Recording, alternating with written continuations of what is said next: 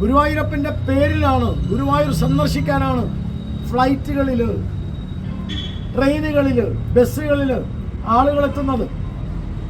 ആ ഗുരുവായൂർ മണ്ണിൽ 50 വർഷമായി ഗുരുവായൂരപ്പനെ വിശ്വസിക്കുന്ന ഒരു MLA ഉണ്ടാവാത്തത് എന്തുകൊണ്ട്? ഇവിടുത്തെ ഇടതുപക്ഷത്തിനും വലതുപക്ഷത്തിനും ഗുരുവായൂർ വിരോധിയാണ് ഇവിടെ MLA ആക്കിയിട്ടുള്ളത്. അമ്പല വിരോധികളെയാണ്, അമ്പല വിഴുങ്ങുകളെയാണ്, അമ്പല കൊള്ളക്കാരെയാണ്. ഞാൻ വെല്ലുവിളിക്കുകയാണ്. ഇവിടുത്തെ ഇടതുപക്ഷത്തിൻ്റെയും വലതുപക്ഷത്തിൻ്റെ MLAക്ക് ഗുരുവായൂരപ്പനോട് എനിക്ക് വിശ്വാസമുണ്ടെന്ന് പറയാൻ ധൈര്യമുണ്ടോ എന്ന് ചോദിക്കുകയാണ് ഭാരതീയ ജനതാ പാർട്ടി അടക്കമുള്ള NDAയുടെ സ്ഥാനാർത്ഥി എന്ന നിലയിൽ. ധൈര്യമുണ്ടോ? ഈ ഗുരുവായൂർ ക്ഷേത്രത്തിന് മുമ്പിൽ വന്നിട്ട് ഇവിടുത്തെ MLAക്ക് ഈ ബിംബത്തിൽ എനിക്ക് വിശ്വാസമുണ്ടെന്ന് പറയാൻ ധൈര്യമുണ്ടോ?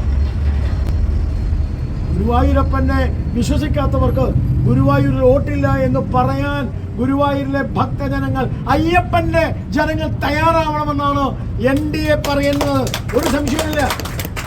ആ ഗുരുവായൂർ വിരുദ്ധർക്ക് വിട്ടുകൊടുക്കേണ്ടതല്ല, ഗുരുവായൂരപ്പനെ പുച്ഛത്തോടെ കാണുന്നവർക്ക് വിട്ടുകൊടുക്കേണ്ടതല്ല.